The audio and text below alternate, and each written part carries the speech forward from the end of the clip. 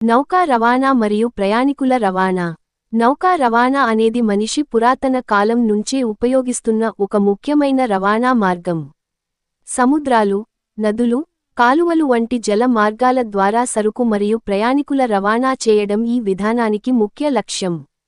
భారతదేశం వంటి దేశాలలో ఇది మరింత ప్రాధాన్యత కలిగి ఉంది, ఎందుకంటే మన దేశానికి 7500 కిలోమీటర్లకు పైగా తీర రేఖ ఉంది. నౌకల ద్వారా పెద్ద మొత్తంలో సరుకులను తక్కువ ఖర్చుతో రవాణా చేయవచ్చు. ముఖ్యంగా ఉక్కు, బొగ్గు, ముడి పదార్థాలు, ఆయిల్ వంటి భారీ వస్తువులను ఒక స్థలం నుండి మరో స్థలానికి తీసుకెళ్లేందుకు ఇది ఉపయోగపడుతుంది. ఇతర రవాణా మార్గాలతో పోల్చితే ఇది చాలా ఖర్చు తక్కువగా ఉంటుంది. ప్రయాణికుల రవాణాలో కూడా నౌకలు కీలక పాత్ర పోషిస్తున్నాయి. ద్వీప ప్రాంతాలు, తీర గ్రామాలు, నదుల వెంట ఉన్న నివాస ప్రాంతాలకు చేరుకోవడానికి నౌకలు ప్రధాన సాధనంగా ఉపయోగించబడుతున్నాయి.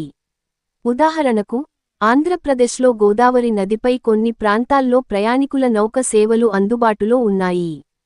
కేరళ రాష్ట్రంలో హౌస్ బోట్ లు ప్రసిద్ధి పొందాయి. ఇవి టూరిజం కోణంలో ప్రయాణికులను ఆకర్షిస్తున్నాయి. విదేశాలలో అయితే రోజూ నదులు, సముద్రాలు దాటి ప్రయాణించడానికి ప్రజలు ఫెర్రీ నౌకలను విస్తృతంగా ఉపయోగిస్తున్నారు. నౌకా రవాణాకు కొన్ని ప్రత్యేక లాభాలున్నాయి. ఖర్చు తక్కువ, పెద్ద మొత్తంలో సరుకులను సులభంగా తీసుకెళ్లవచ్చు. పర్యావరణానికి హానికరం కాదు. అయితే కొన్ని సమస్యలు కూడా ఉన్నాయి.